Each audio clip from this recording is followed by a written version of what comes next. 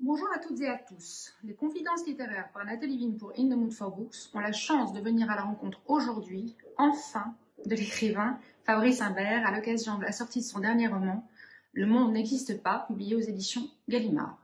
Bonjour Fabrice Imbert. Bonjour Nathalie.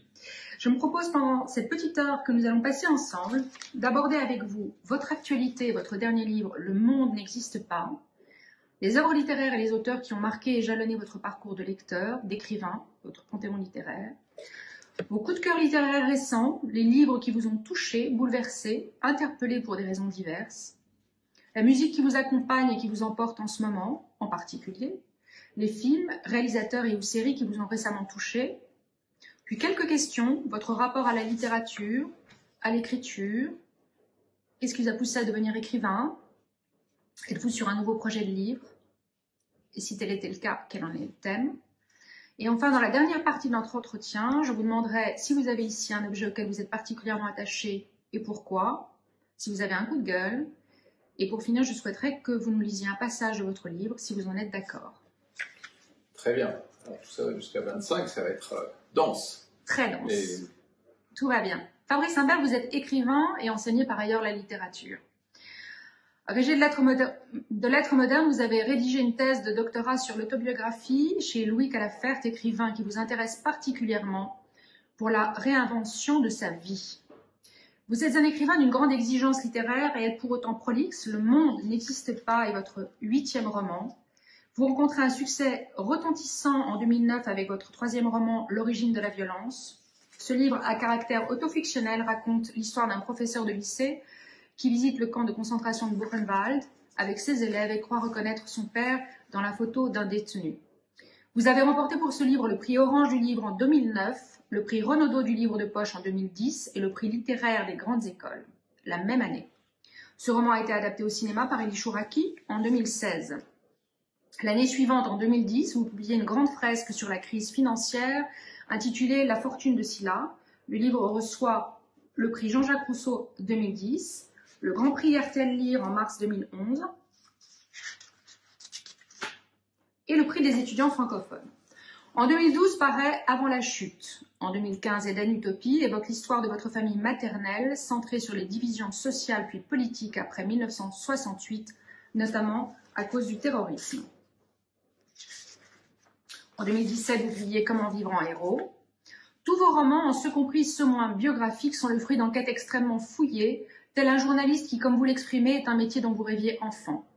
Ce qui frappe dans votre œuvre, Fabrice Imbert, c'est votre capacité à arpenter des territoires littéraires ou géographiques toujours différents. Nous sommes ici aujourd'hui pour parler de votre nouveau roman « Le monde n'existe pas », qui met en scène un journaliste tâchant de découvrir la vérité sur l'assassinat d'une adolescente par l'un de ses anciens amis de collège aux États-Unis. Le livre est une réflexion sur l'imbrication de la fiction et de la réalité dans nos sociétés modernes, et nous y retrouvons dans ce livre des thèmes qui vous sont chers. Comment faire avec les héritages subis et les déterminismes, qu'ils soient sociologiques, historiques ou névrotiques, le rapport entre la fiction et la réalité, le fatum, la mondialisation, le pouvoir de l'opinion, des images, du regard, le mensonge médiatique, les secrets, l'expérience précoce de la corruption des relations humaines, la rumeur, l'imposture, l'illusion, la manipulation des faits. Vous nous offrez un roman haletant, une mise en abîme vertigineuse et une réflexion virtuose sur la puissance du récit, et à interroger ainsi jusqu'au vertige une société aveuglée par le mensonge où réalité et fiction ne font qu'un. Le monde n'existe pas est une prouesse littéraire, un véritable polar métaphysique qui interroge la frontière qui sépare la vérité et la fiction. Fabrice Imbert, c'est à vous. Merci Nathalie pour cette présentation. Et c'est vrai que Le monde n'existe pas brasse beaucoup de thèmes à travers l'histoire de ce journaliste qui part à la recherche d'un ami qui est accusé de meurtre, et en plus du viol et du meurtre d'une jeune fille de 16 ans. Et donc il revient dans leur ville d'adolescence, une ville du Colorado, mais une ville étroite que le narrateur a détesté lorsqu'il était adolescent. Et donc c'est vrai qu'il va partir à la recherche de la vérité sur son ami, mais en même temps, il part aussi à la recherche de son passé, sans même s'en rendre compte.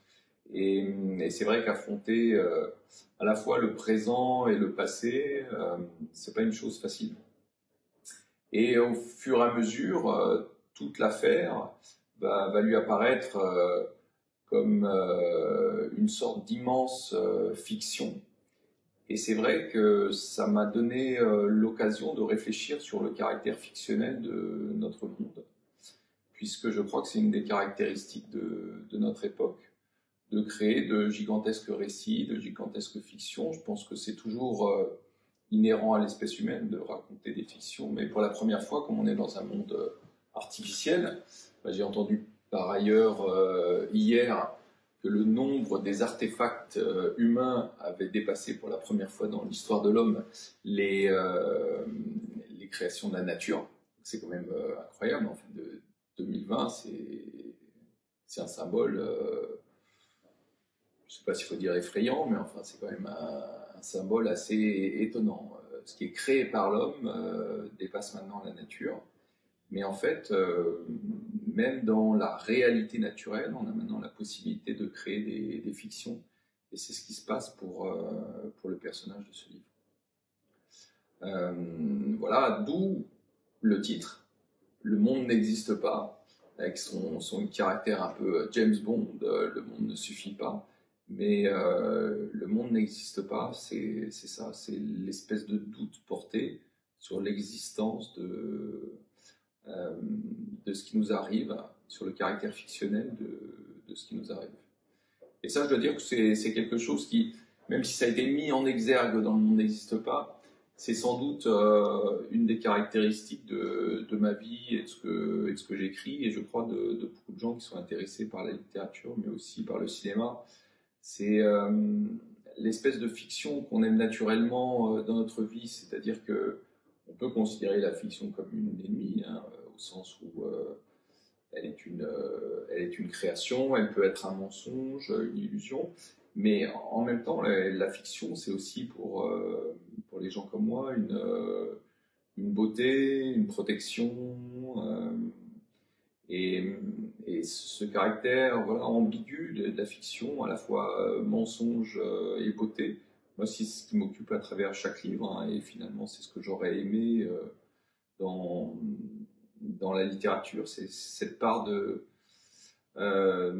mensonge et de beauté qu'elle aura apporté à ma vie.